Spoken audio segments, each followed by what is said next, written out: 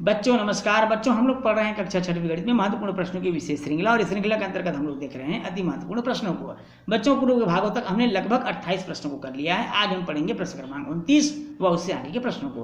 तो चलिए बच्चों शुरू करते हैं प्रश्न क्रमांक 29 और इस भाग का पहला प्रश्न।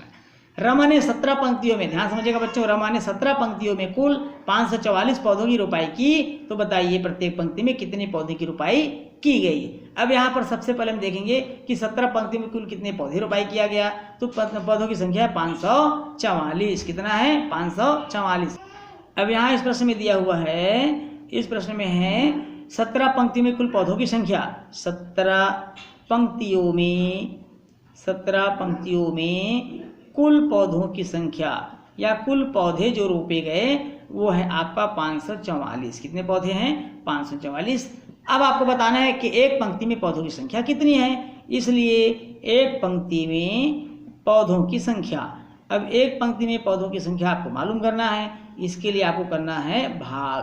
क्या करना है? भाग करना है 544 भागित 17।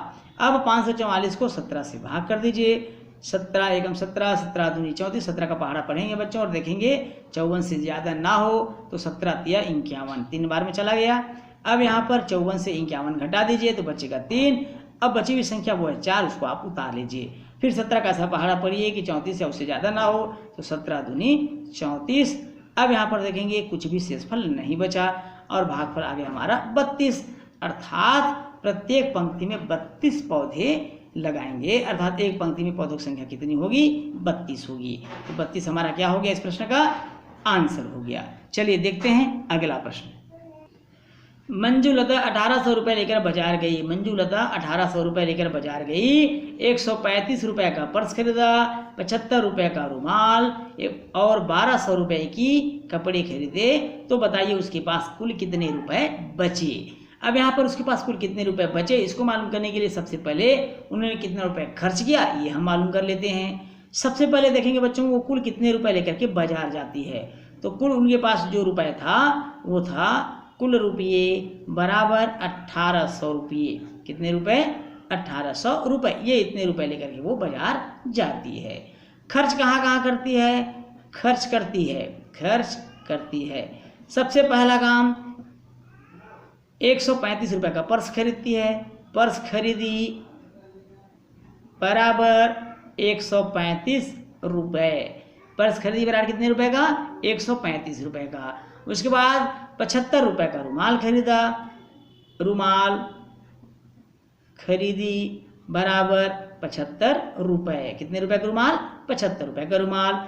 उसके बाद तीसरा काम उन्होंने क्या किया? 1200 रुपये की कपड़े खरीद डाले। कपड़े खरीदे बराबर 1200 रुपये। कितना रुपए? 1200 रुपये। अर्थात कुल मिलाकर कितना खर्च किया? तो कुल खर्च उन्होंने किया, सबको जोड़ देंगे बच्चों, 135 रुपये, 75 रुपये और 1200 रुपये, सबको जोड़ने से हमको प्राप्त होगा 1410 रुपये। तो 1410 रुपये को वो खर्च कर डालिए। अब उनके पास शेष कितने बचे? अब हमको मालूम करना है कि शेष बचा कितना, अर्थात शेष बचे रुपये। अब उसके पास शेष कितने बचे? 1800 लेकर के गई थी बाजार, 1410 रुपये को वो खर्च कर डाली।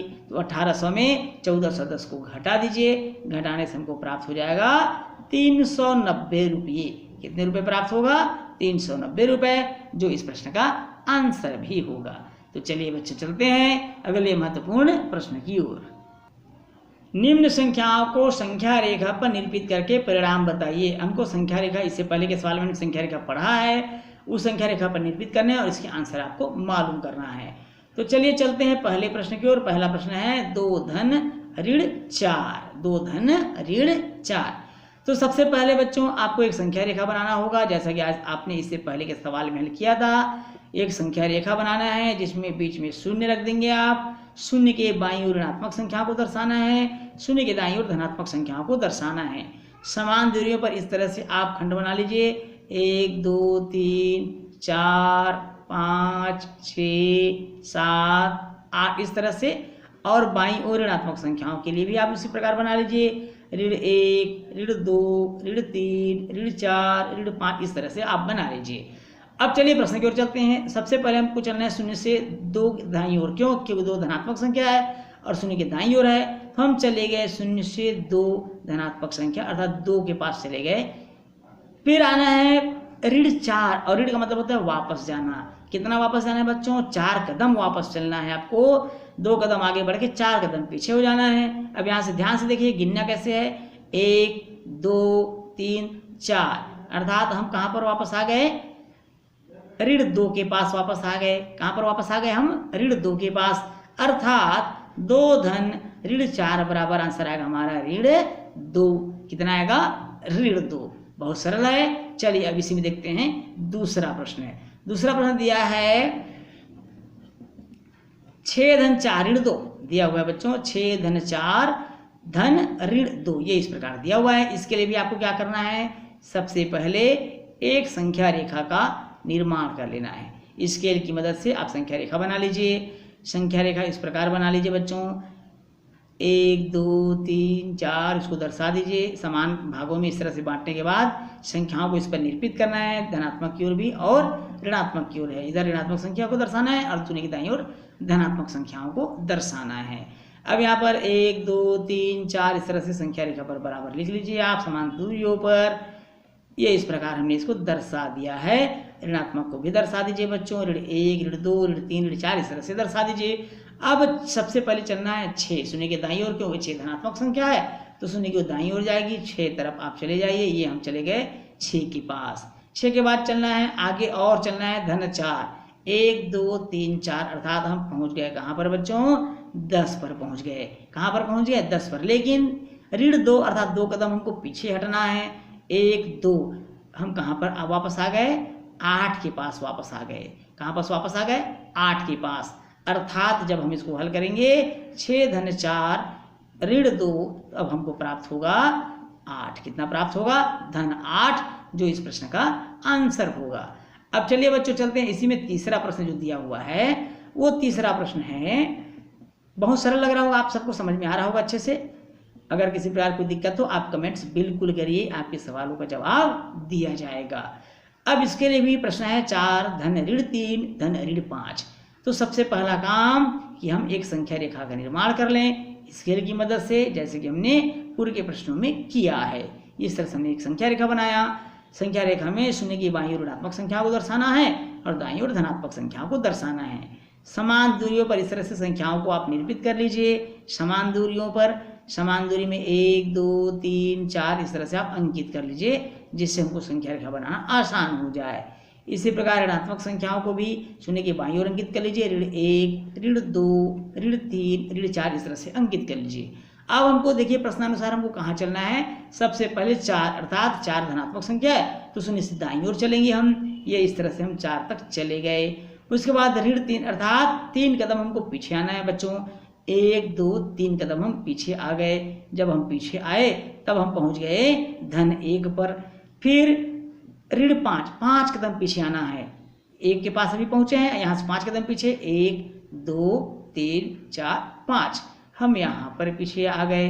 अर्थात अभी हम कहाँ पहुंच गए हैं? ऋण 4 के पास। अर्थात हमारा आंसर होगा 4 धन ऋण 3 धन ऋण 5 बराबर ऋण 4। तो बच्चों अंतिम स्थिति में हम जहाँ पर होते हैं वही उस प्रश्न का आंसर होता है, उस संख्या रेखा का हल होता है। तो अंतिम स्थिति को ध्यान से देखना है कि हम अभी कहाँ पर हैं, वही उस प्रश्न का आंसर होगा। चलिए बच्चों देखते हैं अगला प्रश्न।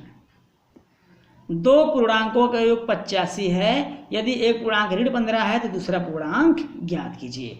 अर्थात 2 पूर्णांकों का योग, यहाँ पर 2 पूर्णांक दिया हुआ है। प्रथम पूर्णांक धन दूसरा पूर्णांक, और दोनों पूर्णांकों का योग कितना है बच्चों? प्रश्नानुसार दोनों पूर्णांकों का योग है 85 85। अब यहाँ पर देखिए प्रश्न में प्रथम पूर्णांक दिया हुआ है ऋण 15, दूसरा पूर्णांक हमको दिया है क्या? बिल्कुल नहीं दिया, इसको हमको ज्ञात करना है बराबर 85। अब क्या करेंगे? हम पक्षांतर कर देते हैं किसको? ऋण 15 को। इसलिए दूसरा पूर्णांक बराबर हो जाएगा, दूसरा पूर्णांक बराबर 85 धन 15। अब ये धन कैसे हो गया?